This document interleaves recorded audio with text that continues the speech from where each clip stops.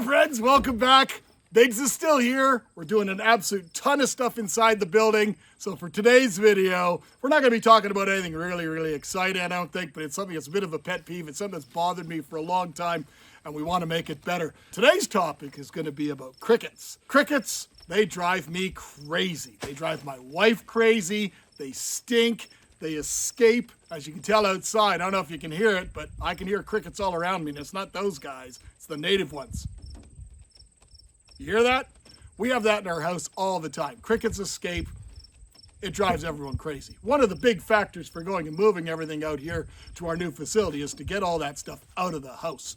Now, crickets have always bugged me for all those reasons, but the other factor is this is what I've used for years to keep my crickets in. It seems to work fine, and I buy new fresh crickets every week. But, you know, as we've grown and as there's more and more animals, I should get to the point where I could buy them in a larger quantity. But then keeping them alive, keeping them clean, keeping pests out and all that sort of stuff, all those things become a challenge. So today, I want to make a better cricket container. There's always got to be something better than this, right? So, hope you'll join me. Let's get to it.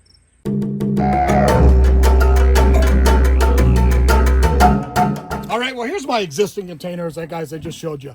It's really old. It's one of those, they were sold, I think they called them Fin Pals or Critter Keepers or whatever they were called. And basically it's a plastic. Now this thing is, I'm not lying, this thing's probably 30 years old now, and it's getting all kind of brittle and everything. But the problem for me is, it's not bad for housing the crickets. I think the crickets are escaping either from some of the enclosures that I didn't seal up properly enough, or when you guys are going and catching the crickets, one jumps out and then you can't catch it, it goes underneath something, whatever. But for all intents and purposes, it has worked for what it wants. But you guys can already see there's a fair bit of death in the container already. But you know, when I look at this type of a lid, I've never opened this part, but when you look at these lids, all these other holes, these have posed another challenge for us, which this makes it even worse for me. So this is the little simple food dish. It doesn't matter what it is. This is the problem that irritates me to no end. I don't know if you can see them here, but these are what I use as water beads, and we'll talk about that later. But all these other little things, these are fly larvae, like fly maggots, and they're everywhere. And then you end up with like a fruit fly type thing all over your house, and they're just really annoying. There's something, you know, like a soil gnat or something, I don't know. For our purposes though today, I want to eliminate that problem.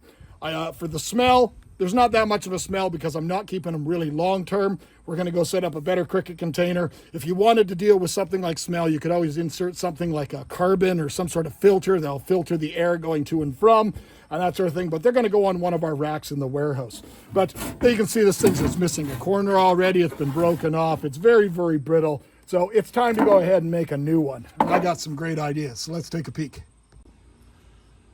Now, bear in mind is, you know, I want to control pests moving from in or out of this unit.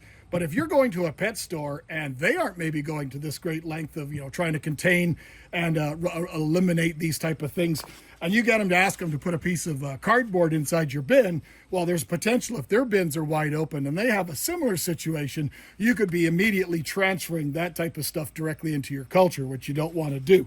So I try to not put that type of material in it. I buy new flats of this. I buy them at farm and feed supply places. They're sold for eggs. These are called gasket bins.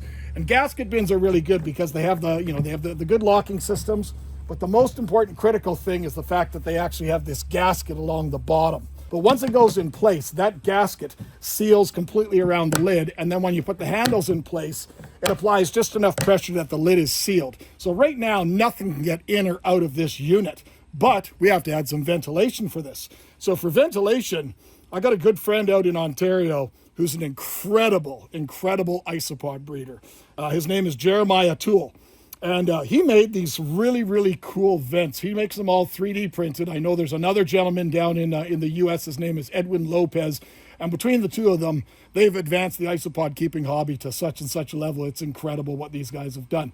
But these units here have this incredibly microscopic mesh, and this incredibly microscopic mesh works really well because nothing will be able to go through that, but it'll still provide a lot of nice ventilation. I'm going to install 4 of these on the top because I think, all the gases and the vapors and everything's going to want to leave. And I think this will work great because I keep these on some of those pronto rack shelves like you guys have seen, those black warehousey type racks where I keep all my substrates and everything like that. That's going to be a perfect spot for this bin.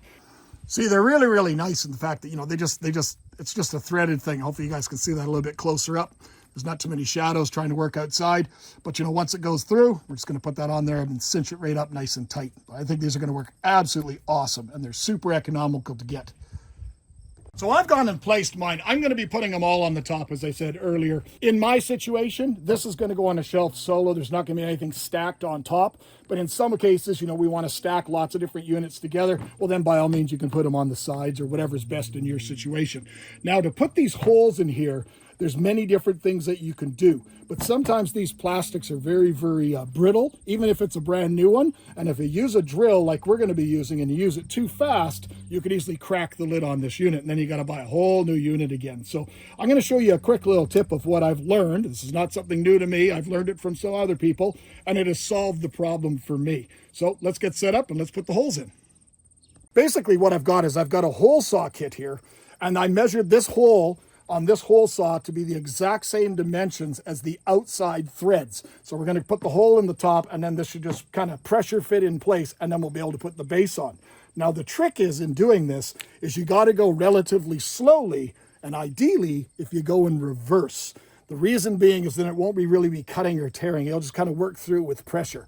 Another thing that I have done in the past is if I'm using some sort of a vent or I need a hole or something, is I often have a piece of steel pipe or something, whatever is the exact same measurement, and then I just heat it up with a propane torch or something like that and just basically push a hole right through with heat, and then I push this in. And if you do it right and quickly, the melted plastic from that actually acts almost like a silicone, and it'll act like a sealant to really seal the unit in place. So I'm going to get an idea. As I said, I'm just going to be putting them kind of somewhere on the top here. I've got my drill set in reverse, and then we'll just kind of speed this up a little bit, and let's get the 4 holes drilled.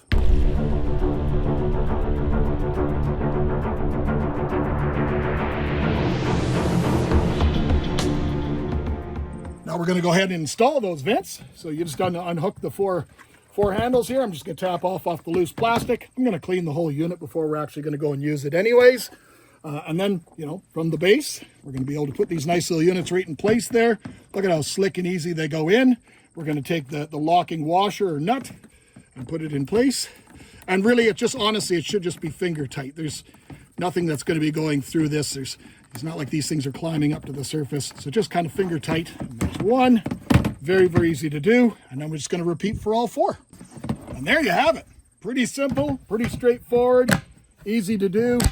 And nothing's going to get in there as long as I do my part and control it. We're going to go ahead and get them all set up. Now, as I mentioned, I don't use the old cardboard. I always use new cardboard. So I always get these egg flats. I buy them in large quantities at the different farm and feed stores. And then you can just rip them up in whatever sizes you want.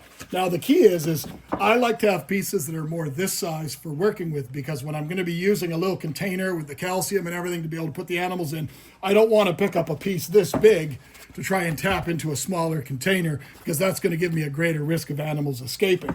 Now, when it comes to nutrition and water, now for food, I use a nice granulated food. I just a little terracotta plant saucer here. I put it in 1/4, and basically I'm just using this product here from ZooMed, Critic Care. It's a natural. It's a food source, but there's all sorts of different options that you can use for feeding crickets. So it works very, very well, and it won't attract any flies or anything like that. When it comes to the water source, same thing. I use another really shallow, this one happens to be plastic, and I manufacture the water by buying, you can buy these water beads. Now, it's very similar to the different gels and stuff, but these are water beads that once they're added, they're just these little tiny specks, almost like seeds. And I think I put like a teaspoon in this bucket, and I've been using this bucket for like 3-4 months, and there's just loads of them. And if they start shrinking, you just add more water and they fill right back up again. But they work really, really well for this purpose. So I just basically take a little scoop and I place it in the unit. No drowning crickets. Good thing. Lots of structure. Clean unit. Lots of good food available. Water, food, structure. And they can't get out. That's a win-win for me. So, hope you guys enjoyed that today. I know everyone's super excited to watch a video about how to build a box to put some bugs in, but I think it needed to be done for me. If me and me only, that's fine too. But if you have the same sort of problems that I do with these type of things, maybe this helped you out a bit. So, until next time, my friends, take care. We'll see you soon.